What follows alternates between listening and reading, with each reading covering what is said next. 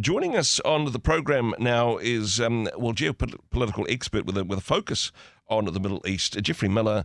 Geoffrey, kia ora, thank you so much for your time today. Thank you, Andrew. This is perhaps not expected. There has been building tensions there's been decades of tensions between Iran and Israel. It did look for a moment, though, that Donald Trump was keen to make a deal with Iran. Certainly his last visit to the Middle East, that's what he was talking about. All deals are off. All deals are off, Andrew, sadly, at the moment. But you're right, there were 5 rounds of indirect talks between the United States and Iran, brokered by the Gulf state of Oman Mm-hmm. in Muscat. There was meant to be a sixth round on Sunday, Yeah. but of course that didn't happen because on Friday, New Zealand time, in the early hours of Friday morning over in the Middle East, Israel undertook these preemptive strikes on Iran's nuclear facilities and many other facilities. They've uh, killed quite a number of the military leadership in Iran. They've targeted all kinds of other facilities, state television, and so forth. So that it's not just the nuclear sites that have been directly targeted by Israel. And Iran has retaliated, and they've actually had quite a bit of success. And you've got to remember sometimes the distance between Iran and Israel is not small. It's Yeah. 2,300 kilometers. That's more than the shortest distance between Australia and New Zealand. And they've nevertheless been able to send quite targeted ballistic missiles, hypersonic missiles, and they've done significant damage to residential buildings, but also military targets in Israel. There was a scientific institute, which is very key for Israel, that was targeted. There was the military bases as well, Mm. the Israeli intelligence. We're not even fully aware, I think, of some of the sites that have been hit because they're under Israeli censorship. So Israel has had more resistance than perhaps they thought they would. Yeah. And now they're looking for the United States to come in and help them and really, quote unquote, finish the job Yeah. because Israel's bombs cannot reach as far as US bombs can. And that's what they want to do. They want to destroy the underground nuclear facilities, particularly in a place called Fordo, Mm-hmm. which is, roughly in the center of Iran, near Qom. So that's the situation we're in. And as I speak to you now, I'm checking the live blogs and so forth on the various news websites. And there's a report now that Donald Trump has just spoken with Benjamin Netanyahu on the phone. Yeah. Before that, he's held a meeting with his National Security Council in the Situation Room. Look, all the signals are that the US is about to join the war uh, against Iran. They're going to join Israel and bomb Iran, and it would be a catastrophic moment for the Middle East. And those are not my words; those are the words of Christopher Luxon, the New Okay. Zealand Prime Minister, on Friday. He said Yeah. it would be a potentially catastrophic moment, potentially catastrophic for the Middle East, and I couldn't agree more. Now, the situation at the moment, I understand that there is a U.S. aircraft carrier stationed nearby. The aircraft on board are equipped with the so-called bunker-busting bombs. They all already with a presidential approval, no doubt, to launch. I understand this will be, if this happens, and it looks very likely that it will, the US president previously, during Donald Trump's first term and his second term so far, the US hasn't been involved directly with war. This would be a bit of a change of direction for the current US president? It would indeed, and Donald Trump, of course, has cast himself as that deal maker and as someone who doesn't want forever wars. He's cast himself as an opponent of US interventionism in the Middle East. And we've talked before, Andrew, Donald Trump coming in wanting to end the war in Ukraine in 24 hours. He's kind of made this sort of anti-war he's made anti-war as part of his brand and from a right-wing perspective, Yeah. and that is sometimes referred to as the MAGA, Make America Great Again approach, where you don't just go and start all these wars overseas, as opposed to the neoconservative approach that was common under George W. Bush, particularly. Yeah. And Donald Trump, when he ran for president back in 2016, he was very much running against the establishment Republicans. Remember Jeb Bush, Yeah. George W. Bush's brother. And he was very dismissive towards this approach that had been taken by the neoconservatives. So it would be a turnaround for Donald Trump. But Donald Trump is very persuadable in a sense that he listens to the last person he talks to. And I Hmm. think the Hawks have now got his ear. Yeah.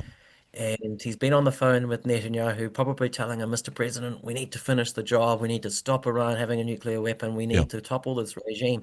And I think this is where it's all heading as well. It's not just going to be destroying nuclear facilities, it's all about regime change. That's Yeah. what Benjamin Netanyahu is fixated upon. He thinks that the Iranian people are going to rise up and topple their regime. And instead, probably what you're going to have is the chaos like we saw after Iraq in Yeah. 2003. And in the end, you just wonder, have we learned nothing from history? Mm. Look at what the Iraq War brought us, nothing but chaos, anarchy, the rise of Islamic State, Yeah. so much of the turmoil that we've seen in the Middle East, even to this day, can actually be traced back in some form to the Iraq War. Mm. Not all of it, but a significant portion. I- And it's just going to be, as I said, catastrophic, cataclysmic. Is there a case for saying, well, striking before Iran is nuclear capable? I mean, this would be a very different conflict with a very different spectre hanging over it if Iran was currently nuclear capable, and perhaps Israel and the US would not have the boldness that they seem to have now. Is there a case for saying, hey, of course, the US and Israel both nuclear armed nations? Is there a case for saying, hey, let's strike before this situation gets even worse? Or do you think it's a deeper issue than that? Well, there's certainly the argument that's been made by Donald Trump, by Benjamin Netanyahu, by European leaders as Yep. well. Ursula von der Leyen, the president of the European Commission, has been saying, they've all been saying, Iran cannot have a nuclear weapon, and Yep. that's their standard line. And I think it's probably good to avoid more nuclear weapons in the world, but I think the way to do that was diplomacy, and Trump was actually having some success with that. Yeah. I think Iran was open to doing a deal, and they didn't have a nuclear weapon. And the Tulsi Gabbard who was the Donald Trump's director of national intelligence. She came out with an assessment in March saying that Iran wasn't currently working towards a nuclear weapon. So that's from the US's own intelligence community. Yeah. But I think if you were worried about all of that, I think Iran has been under severe sanctions for years now from the United States and from others indirectly as a result of Donald Trump tearing up that nuclear deal, the Joint Comprehensive Plan of Action, JCPOA, back in 2018. And they're actually open, I think, to doing some kind of deal. And Trump seemed open as well. And just, in the last week, that seems to have all Yeah. changed. Trump is just not interested in a deal. The Hawks have captured his attention, Yeah. and it just seems like another war is in the offing. And just some of the unintended consequences of this could be Yeah. enormous because once the US is directly involved in the war, nothing is going to really stop Iran from striking back against Yeah. US assets. And there's a whole fleet of US ships, planes in the Middle East. Many have been sent there. There's going to be a whole lot of extra targets now for Yeah. Iran Yeah. to hit. And And honestly, we can look at then this. Oh, sorry, Geoffrey. I think we can look at this from a strategic point of view and say, which side is more successful in getting strikes on the other nation. But let's not forget that there are people involved, that there are mounting casualties on both sides of this war. And yes, it is terrible at a geopolitical level, but also in terms of the human cost of this. Just finally on this, Geoffrey, it is a different landscape than it was even a few years ago in terms of Iran's partners in those that they have invested in over the years. Gaza and Hamas are out. Hezbollah has been severely wounded. Even the Houthis are not as strong as they once were. Do you think this is a long-term strategic game to take out the satellites, to take out the strategic partners first before attacking Iran, or is this come out of the blue? Is this just an opportunistic strike from Israel? Well, it's kind of both in a Okay. sense. Benjamin Netanyahu has been talking for decades about Iran and its danger, its threat, the fact that it's building a nuclear weapon in his eyes.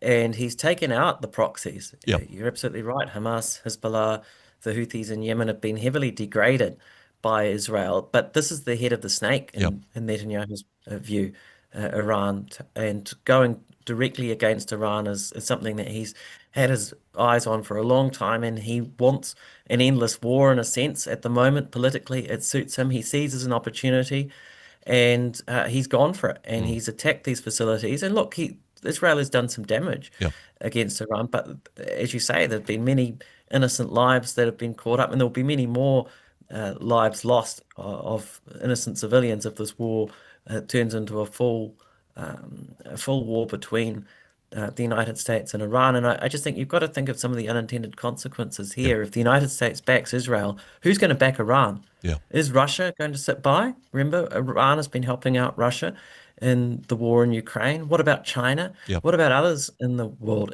Could this lead to a bigger conflict? Could it lead to a World War III? I mean, some of these things you can't say at this point. But Yeah. what you can say is that there will be a whole lot of unintended consequences. There always are for every conflict, and you just can't say, well, the US will come in, they'll use their bunker busting bombs against Fordo and destroy the nuclear facilities, and they'll all go home, and everyone will just be nice to each other. It's just Yep. not going to happen like that. Mm. And you just have to remember the Iraq War in 2003.